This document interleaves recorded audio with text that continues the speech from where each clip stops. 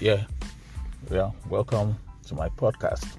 This is actually my first episode, my first recording after the intro for this podcast, Music in My Ears. My name is Joseph Hasiko, the creator of this podcast. Basically, I've mentioned in the intro that this podcast will all be about the history of Nigerian music based on my experience as a listener, as a consumer. So in this very first episode, I just want to give a sort of background to my interest in music history.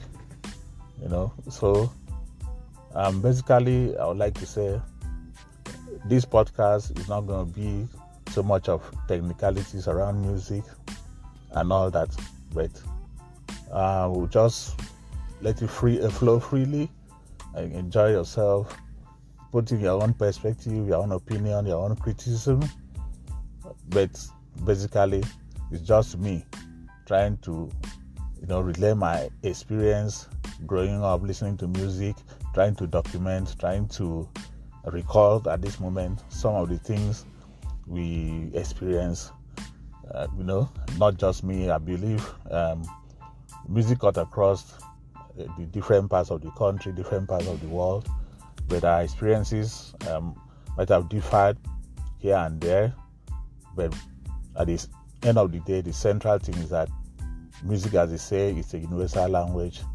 Even though we may not understand some of the things people sing about based on language differences, but it is something that we delight with and something that we enjoy, and something that I believe we should put down on record for future generations.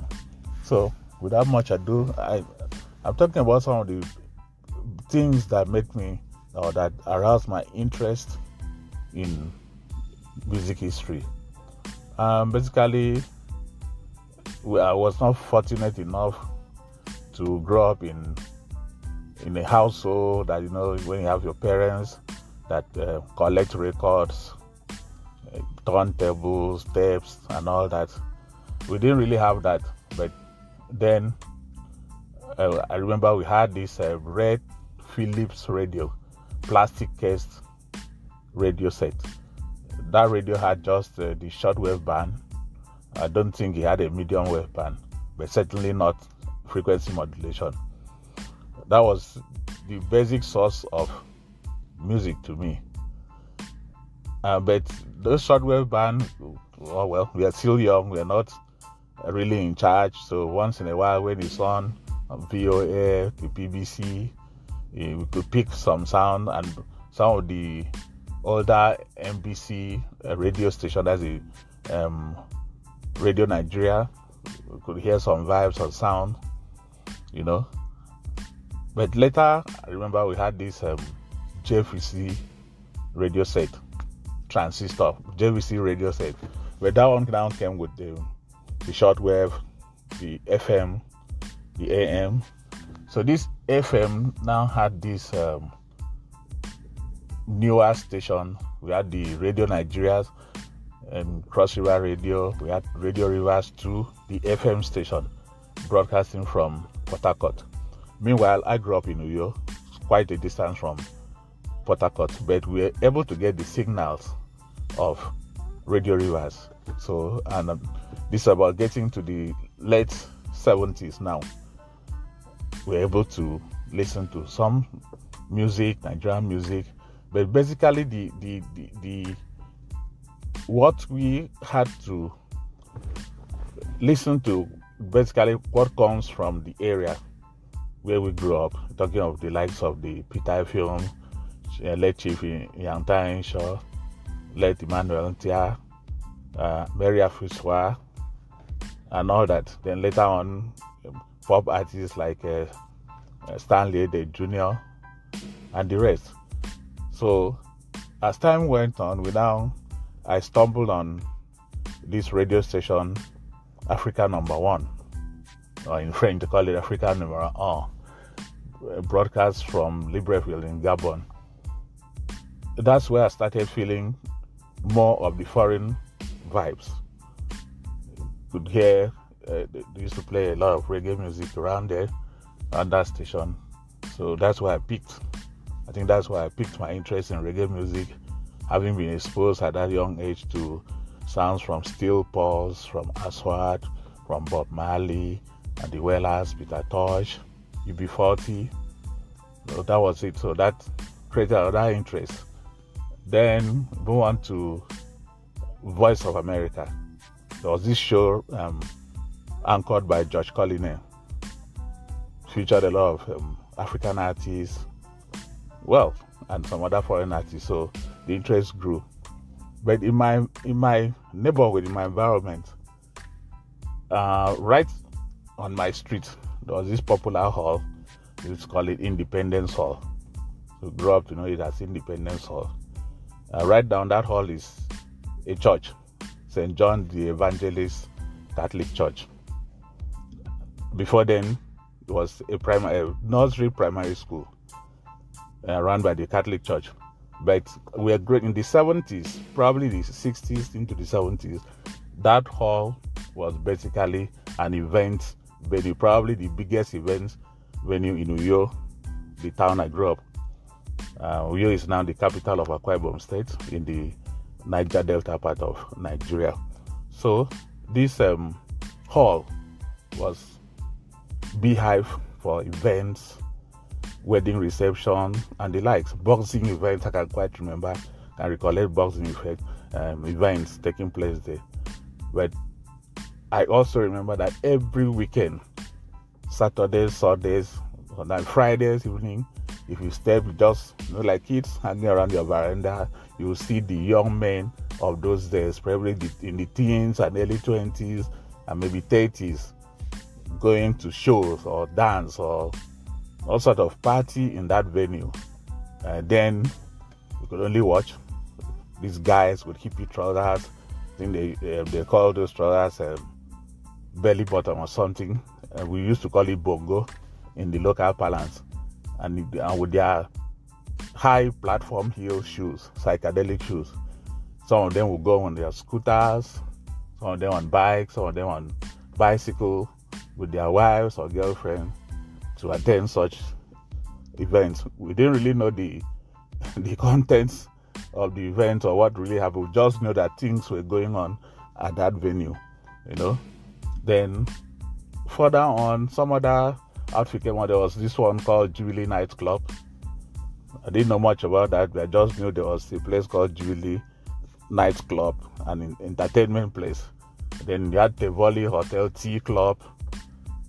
Later on, in the early 80s, somebody opened a new location called Effason Embassy. I learned then that the guy just came back from abroad, I don't know what country, maybe US or UK, to set up that club. That place, as I then had grown up a bit, maybe before 10 years or so. So when you pass by, you see the posters of artists that are coming to perform. I clearly remember Sonny Okosun, Chris Okoti, and subsequently I can remember Tony Gray. As a matter of fact, I saw the posters of Tony Gray. I was like, wow, Tony Gray, Ozimba. Then later that day, I actually saw Tony Gray drove into town with a convoy of his band, the truck carrying equipment, and he was actually driving behind the wheel of a 504 saloon car into town. I said, wow. So my interest was, who are these people? How do you get to know them? What is their background? Then how do you get to know their music? And who are those behind their music? What is it all about? So that's where the curiosity came. Now came high school. I moved to a town called Oron for high school. There again, some person had a club, a big venue, Nabuba Night Club. That venue hosted the stars of that era. I can quite remember Chris Okoti once again, because it was the talk of the town. Oh, Chris Okoti is coming to town and all that. Besides that, that venue hosted international wrestling competition matches. I'm not first great wrestling matches where you had people like Mighty Igor, Argentina Apollon, Bill Mascara, our own Let's Power Mike, and all that coming to compete in that venue. So those are the things that you now, okay, out of curiosity, we decide to learn more what is happening, what is going on, and the rest. Until, as I did, the radio has grown a bit. Cross River Radio had popular entertainment program. I can quite remember Youth Connection, or we call it Y Connection then, with anchors like can remember Idi Ekpeyon before then. Some other Patrick Oga, who later became the MD or GM of Cross River Radio, and other very popular people around that the young people then looked up to in that area. Then from Rivers, of course, we had the Mablas. From FM, Port Harcourt, Radio Rivers to FM. We're still listening to that, the Mablas, Macaulay, and the rest. All these were the things that, made my young mind then to develop interest, not only in the music, but to look at the background of the music, So at that influence, my beginning to collect music in the form of what we used to call selection then. Even before I got to the university, I started recording. I started collecting my own music, compiling, going to the local studios to record. And then the DJ thing was not so much. The people we knew as DJs were probably the on-air personalities, like I mentioned, Idi Ekpeyon and the rest. But I remember some guy called Okotex in town in New York, one fair skin guy with Jericho hair. He was the ultimate DJ around then. And since his studio was close by, he used to go there, do some selection, record and all that. Come back and use our parents' cassette player then to play and all that. And sometimes we used to record from the radio. While program like Youth Connection is going, we'll record and replay the sounds, listening to sound, what sort of music and all that, the Shalamars, the Dynasty and all those Motown, Solar record artists, which were really, really the rev of the moment. So when we are getting to the history proper, we'll look at the shift, because mostly Nigerians were consuming a lot of Western music. So how it shifted to this stage that we hardly listen to foreign music is something that needs to be documented or investigated, if I should say. Then I got into the university, fortunately, Ife. Anybody that schooled in Nigeria in the 80s could vividly remember that Ife was the hot seat of entertainment as far as campus. In fact, even beyond campus, Ife was a center of entertainment. Maybe because of the hall or whatever, I don't know. Dudua Hall was purpose-built halls for events and also because then when foreign artists come to Nigeria, they'll go to Lagos National Theatre. The next place is Ife, Dudua Hall. Before we entered university, recollect, Shalama visited Third Wall, Steel Pulse, Whispers and the rest. And they played at Ife. Outside Lagos, the next thing, Ife. So Ife was a big deal.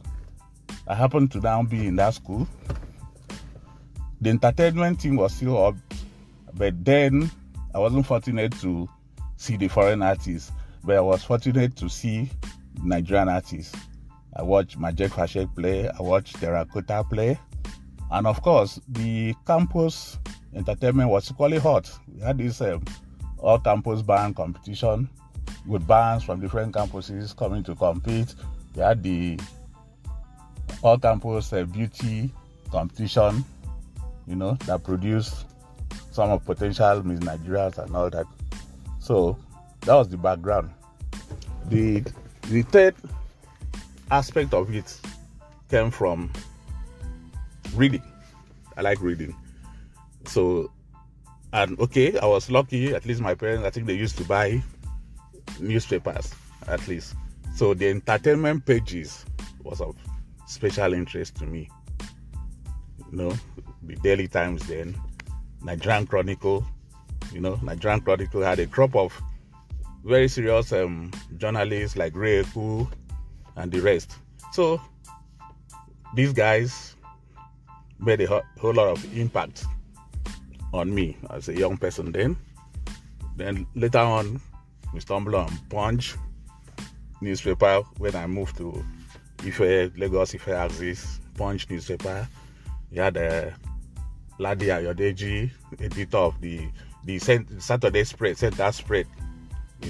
Entertainment. That was the cream of entertainment writing. And later you had Faj, Femi Akintunde Johnson, and the rest. From then on, when I was in university once again, I remember Ladi Ayodeji started this Beats magazine, kind of entertainment pull out, just kind of bringing forth what he used to do in Punch. I never missed a copy of Beats. I read everything I could read, and I think those are some of the things that still remain in my brain till now. Before you down had Fame magazine, the Prime People, Vintage People, and all that in later years. Then building up to Hip Hop magazine and the rest. So those are some of the things. But along the line too, the magazine thing was I picked up Right On magazine. I used to buy Right On magazines too. That is a foreign magazine to entertain myself and equally still learn about foreign artists and all that. So Ebony, Right On, and the rest, especially Right On, because Right On was centered more on lives of artists and the rest. So that is the kind of background I'm talking about. Coming to the music again, you discover that, like I said, growing up in that part of the country, the immediate influence was, mentioned again, Ituben Royce William, Afiswa, bit of Christy Essien, and the rest. But you see, in Nigeria being a diverse country, you now see that if we are not in the southwest or Lagos axis, we might not know so much about the Ebenezer Obey, Sonny Ade, Ike Dairo, Fela, and the rest. But people that grew up there understood and consumed this. Up north, Dan Meyer, Jos, and the rest. But when we shifting from the 70s to the 80s, the pop thing came up. Nigerian pop came up. That's when Chris Okoti, Chidobe, and the rest came out. That period created a kind of convergence because the language was now common. The Nigerian pop, the language was now common. So in my corner, in Akwa Ibom or Calabar and the rest, I could relate to what is going on in Lagos because the listenership has changed from the traditional things we're listening to a more centralized kind of music that cut across the country. So we could listen to that. Then later, the progression translated to reggae music with Terracotta, Mandatos, Magic, and the rest. Jazz Steez, Magic, and the rest. So that has been the kind of experience, kind of background one built up to develop this interest in documenting. And as time has passed, I just felt we should share this. I might not know all, and like I said, this is just entertainment. People that know a lot more. I was never really part of the industry. I'm just a listener. The only credential I've passed is in the early 2000s. I call it dabbling into kind of executive producing or trying to raise some artists. That's just about that. But basically, I believe we should contribute. Nigeria is not teaching history in schools again. This is the bit we can do to leave something behind for the upcoming artists, for the younger people, because apart from the listeners, I believe the artists themselves, the practitioners, have a role to play. I keep wondering how come we are not able to revive our music, rework our evergreen music. We now discover that most of the music of the time past just goes away. Nobody tends to talk about them, if not for a few radio stations that kind of specialize in playing music of years past. We will gradually lose what we have. We will gradually lose the evergreens we have, But in other climes, the new artists try to by collaboration, by sampling, remixing or whatever music. In fact, music that came out when they were not even born. As a matter of fact, some of the songs you hear now are likely to be maybe the 5th remake of the songs, 4 or 5 versions. That brings all the generations together.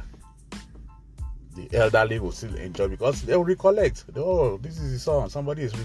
But in Nigeria, it seems we allow the things to go, And I believe the crop of the new artists should be able to share their fame. We've done well. We've gotten Grammys. We've gotten a lot of awards, BET and the rest. I believe they should be able to share their success, their fame, their wealth with the older generation. Some of these people have passed on. They have maybe some of their families may not be doing well. Those that are still alive, some of them may not be doing well. It is an opportunity to bring these people on board and give them a new sense of belonging. So that is what this podcast is all about, music in my ears. So welcome. Thank you for listening. I expect you the next episode. I expect you to share. I welcome co-hosting or co-anchoring at any point in time. I believe my little experience will ginger some other experiences. Thank you so much. Expect you next episode. Thank you.